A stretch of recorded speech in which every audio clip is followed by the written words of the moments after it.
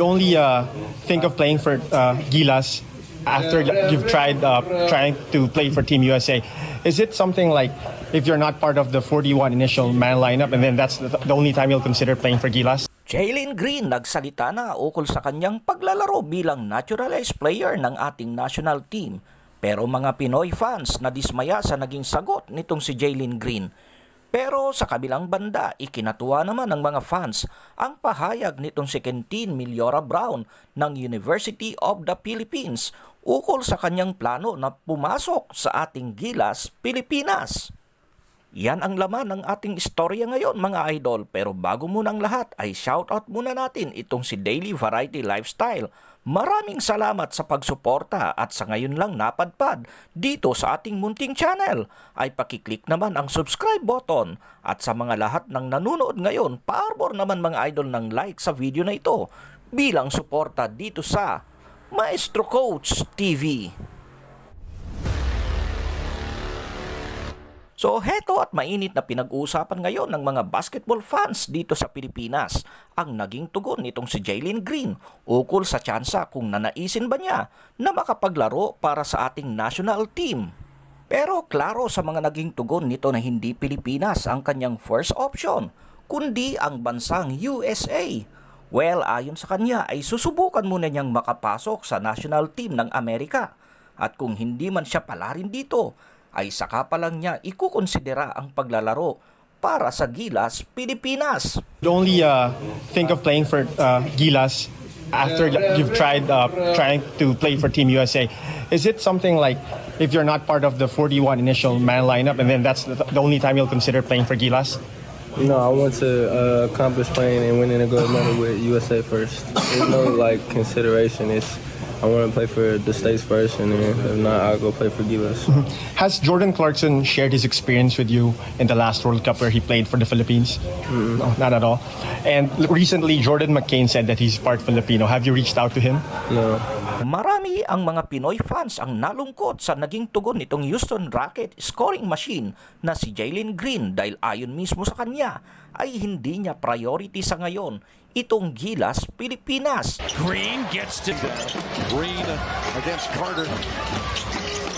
Runner.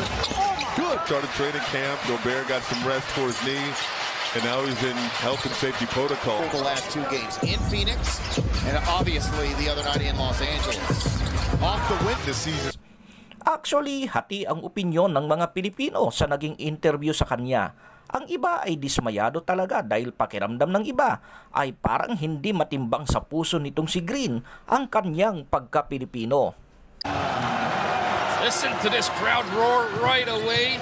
Jordan trying to penetrate, kicks it out. Here comes the three ball and Stanley looking to dance with you, penetrates down the middle, kicks it over. Clarkson with a floater. That's good! Dahil dito, hindi tuloy maiwasan ng ilang mga Pinoy basketball fans na maikumpara itong si Green dito naman kay Jordan Clarkson kung saan makailang ulit na ring nakapag-represent ng bansang Pilipinas sa iba't ibang mga international tournament.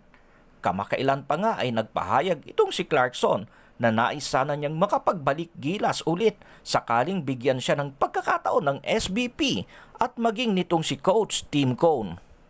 Bagamat di maikakaila na scoring machine din itong si Jordan Clarkson, pero kamakailan ay tinuldukan na rin ito nitong si Coach Tim Cone at ng SBP na ang kanilang priority muna sa ngayon as naturalized player ay ito namang si JB o Justin Noy P. Brownlee.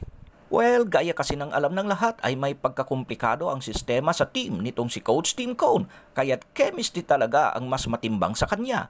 Bagay na mahirap maibigay sa ngayon nitong si Jordan Clarkson dahil sa kanyang mailap na availability bilang isang NBA player. Pero sa kabila nito ay maraming mga Pinoy basketball fans pa rin ang natuwa at proud dito kay JC dahil siya mismo ang nagpahayag ng kanyang kagustuhan na mairepresent ang bansang Pilipinas na tila kabaliktaran naman sa naging tugon nitong si Jalen Green kung saan ay second option lang niya ang Gilas, Pilipinas. Pero sa kabilang banda ay naiintindihan naman ng ilang mga basketball fans ang naging pahayag nitong si Green kung saan ay di ito masisi dahil dati na rin itong nakapaglaro sa USA national team nung high school pa lamang ito Kumbaga sa Pilipinas, ito yung junior Gilas natin. Kaya't for sure, hindi nakakapagtaka na mas mabigat talaga sa puso nitong si Jalen Green ang USA kesa sa Pilipinas. Gayunpaman, naiintindihan ng ilang mga kababayan natin na professional player itong mga NBA players na ito gaya nitong si Jalen Green at may mga humahawak din sa kanilang mga agents na nagbibigay ng direksyon sa kanilang basketball career. Kumbaga, trabaho lang, walang personalan. Yun nga lang ay talagang nakakapanghinayang na kapag nakapaglaro na itong si Jalen Green sa national team ng USA ay malamang sa malamang hindi na ito makakapaglaro kahit kailan sa national team naman ng Pilipinas. Bagamat may mga kasong ganito na pinayagan pa rin ng FIBA, pero dadaan tayo sa butas ng karayom para makapaglaro pa siya sa ating bansa. So, nakasalalay ngayon sa kapalaran nitong si Jalen Green ang future option ng Gilas Pilipinas. Papabor sa Pilipinas kung hindi siya matanggap sa Team USA, kung saan ay pwede pa siyang gawing option as naturalized player ng ating bansa pagdating ng araw. Sa kabilang banda naman, kung tila ayaw munang maglaro sa Gilas Pilipinas itong si Jalen Green, eto namang si Kentin Milyora Brown ay gigil na gigil makapasok sa ating national team. Kamakailan kasi ay nagpahayag ito na kinakausap na raw niya ang kanyang mga agents o handlers sa posibilidad na makapaglaro siya para sa ating national team. Matatandaan na bago pa man natapos ang taong 2024 ay nagpahayag na itong si Kentin Milyora Brown na pasok ang kanyang requirements sa hinihingi ng FIBA. Bagamat sinagot naman ito ni Al Francis Chua na sisilipin nilang mabuti ang bagay na ito upang di mapahiya ang Pilipinas sa FIBA. At ngayon naman sa bungad ng bagong taon ay muling nagsalita itong si Brown na sabik na siyang makapaglaro sa Gilas at dagdag pa nito na kung siya ay mabibigyan ng tsansa na makapasok sa PBA ay pangarap din nitong makapaglaro para sa Barangay Ginebra.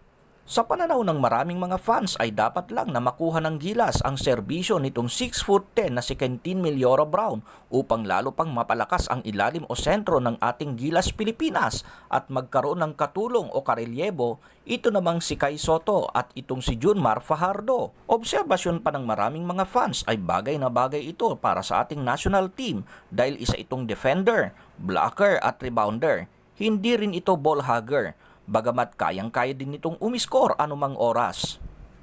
Ikaw naman idol, anong masasabi mo sa naging desisyon nitong si Jalen Green na mas pipiliin muna nitong makapasok sa Team USA kesa sa ating Gilas Pilipinas?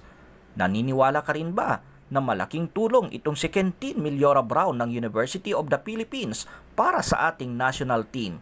At bilang panghuli, kung ikaw ang tatanungin, dapat bang bigyan ng tsansa ito namang si Jordan Clarkson na makabalik sa ating Gilas Pilipinas?